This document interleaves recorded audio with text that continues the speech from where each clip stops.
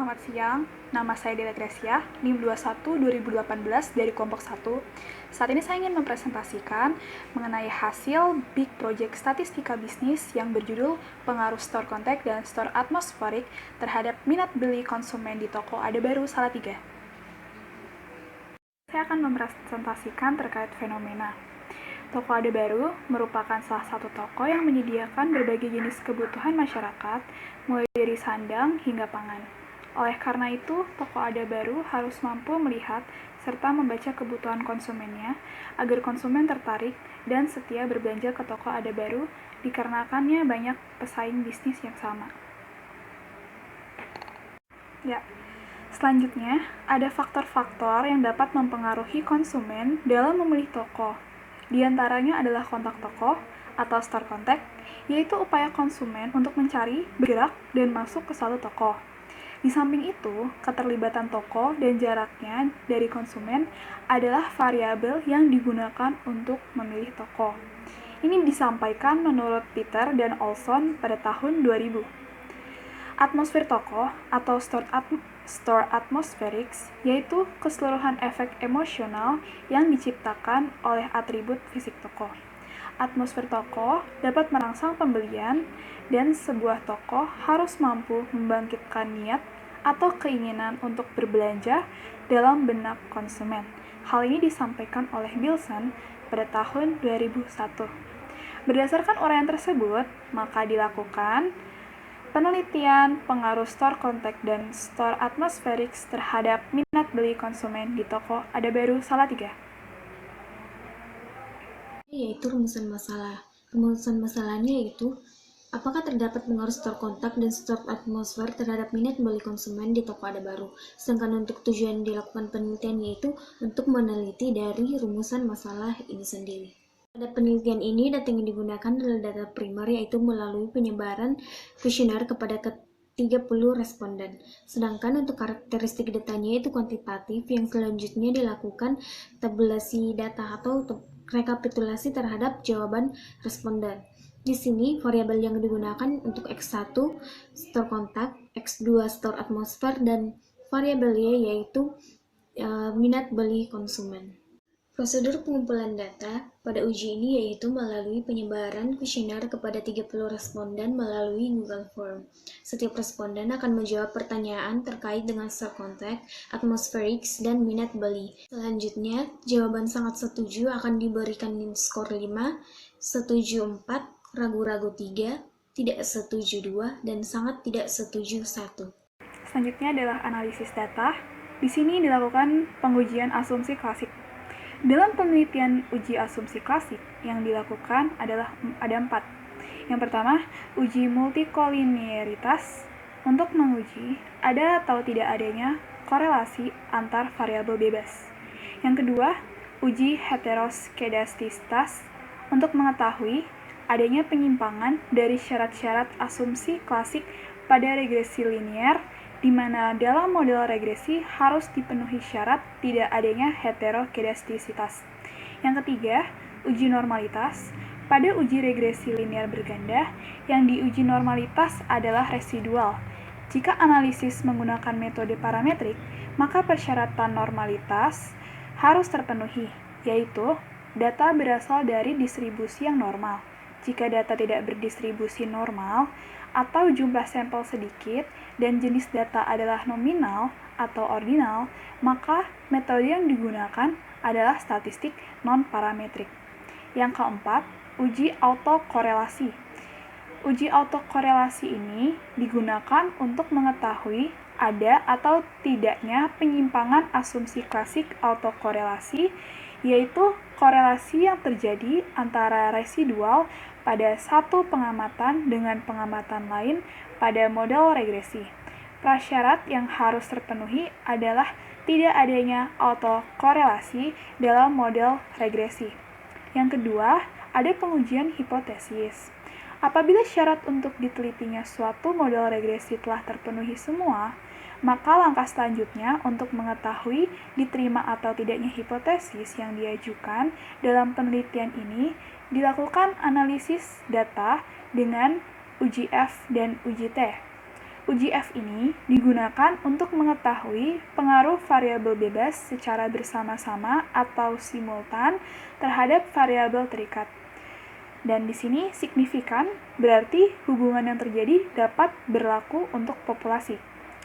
Sedangkan uji T ini digunakan untuk menguji secara parsial pada masing-masing variabel. Selanjutnya, saya akan menyampaikan mengenai uji validitas store contact. Diketahui jumlah responden sebanyak 30 responden, nilai alfa sebesar 5%, dan nilai R tabel yaitu 0,361. Dan di sini telah dipaparkan tabel hasil uji SPSS dari tabel correlations dan dapat dilihat dari total nilai Pearson correlation, dan kita dapatkan hasil di X1.1 sama dengan 0,526 lebih besar dari 0,361. Nilai X1.1 lebih besar dari nilai R tabelnya, sehingga data dinyatakan data valid. Yang kedua, X1.2 sebesar 0,712 lebih besar dari 0,361, sehingga X1.2 merupakan data valid. Yang ketiga, X1.3 sama dengan 0,814 lebih besar dari nilai R tabel 0,361, sehingga X1.3 merupakan data valid. Yang keempat, X1.4 sama dengan 0,772 lebih besar dari 0,361, sehingga X1.4 merupakan data valid. Kesimpulannya, X1.1 sampai X1.4 merupakan data yang valid. Nah, selanjutnya ini ada uji reliabilitas store contact. Berdasarkan hasil uji SPSS didapatkan tabel reliability statistik. Nilai Cronbach's alpha sebesar 0,668 dan nilai R tabelnya 0,361. Cronbach's alpha 0,668 lebih besar dari nilai R tabel 0,361, sehingga data dinyatakan data reliable. Kemudian Cronbach's alpha 0,668 lebih besar dari 0,6, sehingga data dapat dinyatakan data reliable, atau data questionnaire ini merupakan data yang konsisten.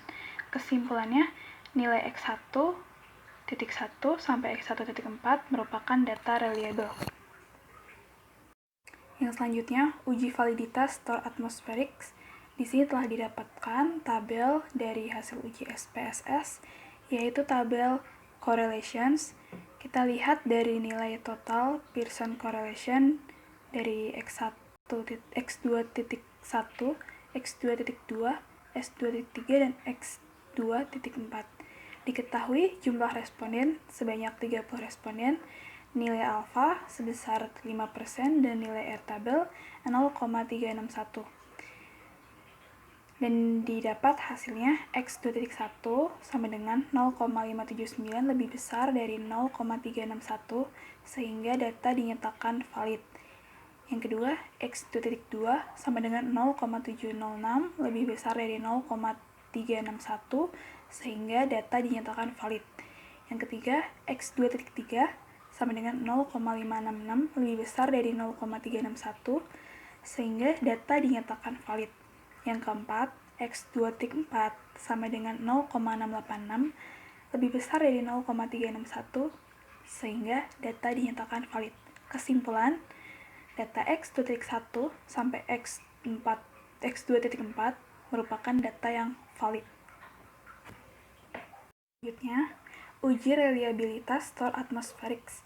Berdasarkan hasil uji SPSS, didapatkan tabel reliability statistik di mana nilai Cronbach's alpha yaitu 0,511. Nilai Cronbach's alpha 0,511 lebih besar dari R tabel yang senilai 0,361, sehingga data merupakan data reliable. Kemudian, Cronbach's alpha 0,511 lebih besar dari 0,6, sehingga data dinyatakan data reliable. Kesimpulan, data X2.1 sampai X2.4 merupakan data reliable, atau data questionnaire ini merupakan data yang konsisten. Nah, selanjutnya yaitu uji validitas minat beli konsumen di toko Ada Baru. berdasarkan hasil uji SPSS didapatkan tabel correlations, di mana kita bisa melihat dari nilai total di Pearson correlation dari Y1.1 sampai Y1.3. Diketahui jumlah responden sebanyak 30 responden, nilai alfa yaitu 5%, nilai R tabel yaitu 0,361. Dan kita dapatkan hasil Y1.1 sama dengan 0,784 lebih besar dari nilai R tabel 0,361, sehingga data dinyatakan data valid. Yang kedua, X1.2 sama dengan 0,846 lebih besar dari 0,361, sehingga data dinyatakan valid. Yang ketiga, Y1.3 sama dengan 0,803 lebih besar dari 0,361, sehingga data dinyatakan valid. Kesimpulannya, nilai Y1.1 sampai Y1.3 merupakan data yang valid. Selanjutnya, uji reliabilitas minat beli konsumen di toko ada baru. Berdasarkan hasil uji SPSS, didapatkan tabel reliability statistik di mana nilai Converge alpha sebesar 0,733. Nilai Converge alpha 0,733 lebih besar dari R tabel 0,361, sehingga data dinyatakan reliable. Kemudian, Converge alpha sebesar 0,733 lebih besar dari 0,6, sehingga data dinyatakan reliable. Kesimpulan, data Y1.1 sampai Y1.3 merupakan data yang reliable. Menurut Imam Ghazali, model regresi dikatakan berdistribusi normal jika plotting atau titik-titik data yang sesungguhnya mengikuti garis normal. Dapat dilihat pada output SPSS bahwa plotting atau garis-garis titik yang menggambarkan data sesungguhnya mengikuti garis normal, sehingga dapat dikatakan data terdistribusi normal. Ialah uji multikolinearitas. Uji ini dilakukan untuk memastikan apakah dalam sebuah model regresi terdapat interkorelasi atau kolinearitas antar variabel. Dasar pengambilan keputusannya yang pertama yaitu melalui nilai tolerance. Jika nilai tolerance lebih besar dari 0,10 maka artinya tidak terjadi multikolinearitas. Yang kedua melalui nilai VIF. Jika nilai VIF lebih kecil dari 10,0 maka tidak terjadi multikolinearitas. Jadi, kesimpulan yang diperoleh berdasarkan nilai tolerance, store contact, dan store atmosphere menunjukkan nilai tolerance yang lebih besar dari 0,10, sehingga dapat dikatakan bahwa store contact dan store atmosphere terhadap minat beli konsumen berdasarkan nilai tolerance tidak terjadi multikolinearitas. Jika dilihat dari nilai VIF berdasarkan output bahwa store contact dan store atmospherics memiliki nilai yang lebih kecil dari 10,0, itu berarti store contact dan store atmospherics terhadap minat beli konsumen tidak menunjukkan gejala multikolinearitas. Selanjutnya yaitu uji heteroskedastisitas. Nah, uji ini dilakukan untuk melihat apakah dalam model regresi terjadi ketidaksamaan variance atau variasi dari nilai residual.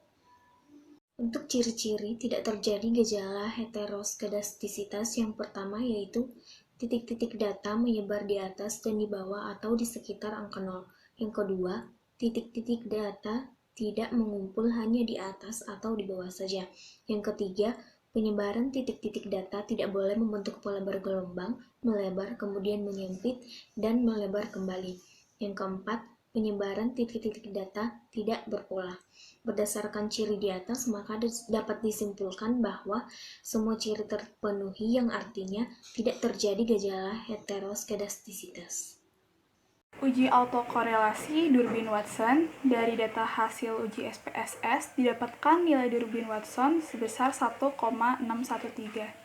Dan untuk dasar pengambilan keputusannya, jika nilai DU kurang dari D dan D kurang dari 4 min DU, maka tidak terdapat autokorelasi. Dan jika nilai DL kurang dari D dan D kurang dari DU, atau 4 min DU kurang dari D dan D kurang dari 4 min DL, maka tidak ada kesimpulan.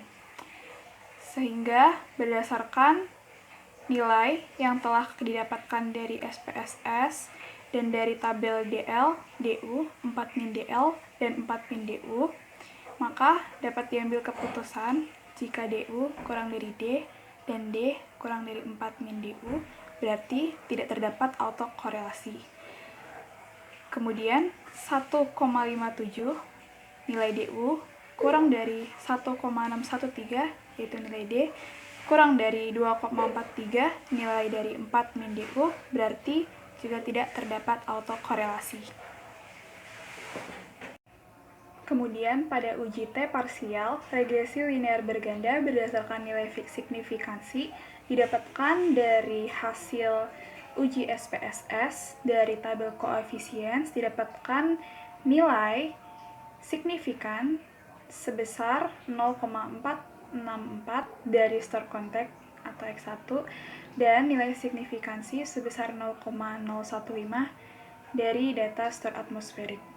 Dasar pengambilan keputusan dari uji T parsial ini adalah jika nilai signifikan kurang dari 0,05, maka artinya variabel independen atau X secara parsial berpengaruh terhadap variabel dependen atau Y. Kesimpulan untuk uji T parsial ini yaitu store contact atau X1 memiliki nilai signifikansi sebesar 0,464, yaitu lebih besar dari 0,05, berarti secara parsial tidak berpengaruh terhadap minat beli konsumen. Untuk store atmosferik X2 memiliki nilai signifikansi sebesar 0,015 atau kurang dari 0,05 yang berarti secara parsial berpengaruh terhadap minat beli konsumen. Untuk uji T parsial pada regresi linear berganda berdasarkan nilai hitung dan T tabel, dasar pengambilan keputusannya jika nilai T hitung lebih besar dari T tabel, maka artinya variabel independen atau X secara parsial berpengaruh terhadap variabel dependen atau Y. Rumus T tabel ini adalah alfa dibagi 2, titik koma, N min K min 1 sama dengan 0,05 dibagi 2, titik koma, 30 dikurang 2 dikurang 1 sama dengan 0,025 titik koma, 27. Sehingga didapat nilai dari T tabel yaitu 2,051831. Dari hasil slide-slide sebelumnya, sehingga dapat disimpulkan untuk variabel store contact atau X1 dengan nilai T hitung sebesar 0,744 kurang dari T tabel 2,051831, maka artinya variabel independen atau X secara parsial tidak berpengaruh terhadap variabel dependen atau Y. Yang kedua, untuk variabel store atmosferik atau X2 dengan nilai T hitung 2,602 lebih besar dari T tabel sebesar 2,051831, maka artinya variabel independen atau X secara parsial berpengaruh terhadap variabel dependen atau Y. Selanjutnya yaitu uji F simultan berdasarkan nilai signifikansi. Dasar pengambilan keputusannya yaitu jika nilai signifikansi kurang dari 0,05, maka artinya variabel independen atau X secara simultan berpengaruh terhadap variabel dependen atau Y. Jadi, kesimpulan yang dapat diperoleh berdasarkan output SPSS, store contact, dan store atmosphere secara simultan berpengaruh terhadap minat beli konsumen. Jika dilihat dari nilai R-square, output di atas menunjukkan bahwa nilai R-square sebesar 0,294. Hal ini mengandung arti bahwa pengaruh variabel X1 dan X2 secara simultan terhadap variabel Y adalah sebesar 29,4%. Jadi, kesimpulan dari uji regresi ini yaitu berdasarkan hasil analisis data primer dengan uji regresi berganda, dilakukan uji T parsial yang membuktikan bahwa variabel independen atau X1 secara parsial tidak berpengaruh terhadap variabel dependen, dan variabel independen X2 secara parsial berpengaruh terhadap variabel dependen Y. Sekian presentasi dari kami, terima kasih.